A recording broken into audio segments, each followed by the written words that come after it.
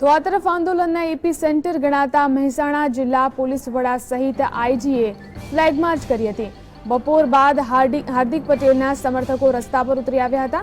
મહેસાણાના વિસનગર તાલુકાની મહિલાઓએ 4 રસ્તા વિસ્તારમાં થાળી વગાડી વિરોધ કરતા ચક્કાજામ કર્યો હતો। વિસનગરથી વિજાપુર ઊંઝા રૂટની બસો બંધ કરવામાં આવી હતી, જેથી મુસાફરો પરેશાન થયા છે। તો બીજી તરફ મહેસાણા વિજાપુર ગાંધીનગર હાઈવે પર આવેલા આનંદપુરા ગામ પાસે પાટીદાર મહિલાઓએ થાળી વગાડી આંદોલન કર્યું હતું।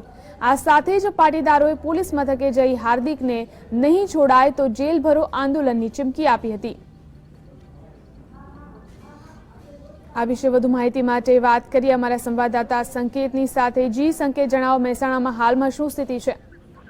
મહેસાણા જિલ્લાની જો વાત કરવામાં આવે તો મહેસાણાના મોઢેરા 4 રસ્તા સહિત સમગ્ર જિલ્લામાં છૂટક કરવાયા મહિલાઓ રોડ ઉપર આવી જવા પામી છે, જેમાં મોસ્ટ ઓફ જે અત્યારે હાલ જે તંગ જેવી પરિસ્થિતિનું નિર્માણ થયું છે તે મહેસાણા વિજાપુર અને વિસનગરના 4 રસ્તાઓ ઉપર અત્યારે હાલ મહિલાઓ થાળી અને બેલણ લઈને રોડ ઉપર આવી રસ્તા રોકો આંદોલન અને જેલ ભરો આંદોલનની શરૂઆત કરવામાં આવી છે। તે તાજેતરમાં માહિતી મળી રહી છે તે પ્રમાણે મહેસાણાના વિજાપુર પોલીસ મથકમાં મોટી સંખ્યામાં મહિલાઓ રોડ ઉપર આવીને પોતાનો વિરોધ પ્રદર્શન કરી જેલ ભરો આંદોલન કરવા અને હાર્દિક પટેલને છોડાવવા માટેની તજવીજ હાથ ધરવામાં આવી છે।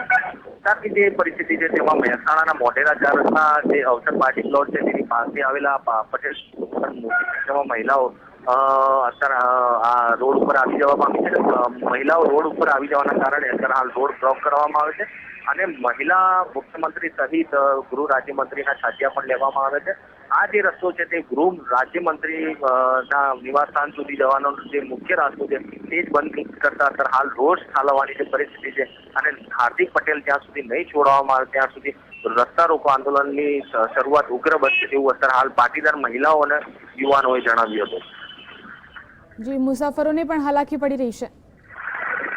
અત્યારની જે હાલની પરિસ્થિતિ જે જાણવા મળી રહી છે તે પ્રમાણે જે સ્થાનિક જે રસ્તા ઉપરથી પસાર થતા જે વાહન ચાલકો છે તેમને ભારે મુશ્કેલીનો સામનો કરવો પડશે અને એસટી બસો અને સહિત જે સરકારી બસો છે વાહનો છે તે અત્યારે હાલ રોકી રાખવામાં આવી છે અને બસ સ્ટેન્ડ પરત મંગાવવામાં આવ્યું છે। પોલીસ પણ અત્યારે હાલ અહીંયા આવતા સંકોચ કરતી હોય તેવી પરિસ્થિતિનું નિર્માણ થવા પામ્યું હોય તેવું ચોક્કસ જણાય છે, કેમ કે એક પણ પોલીસ કોન્સ્ટેબલ કે એક પણ પોલીસ અધિકારી મહેસાણાના મોઢેરા 4 રસ્તાથી જોવા મળ્યો નથી અને રોડ અત્યારે હાલ બ્લોક કરી દેવામાં આવે છે। આસપાસના જે સડકો છે તેમાંથી લોકોને ત્યાંથી અવર કરવાની અને પસાર થવાની પરિસ્થિતિનું નિર્માણ થયું છે, જે પણ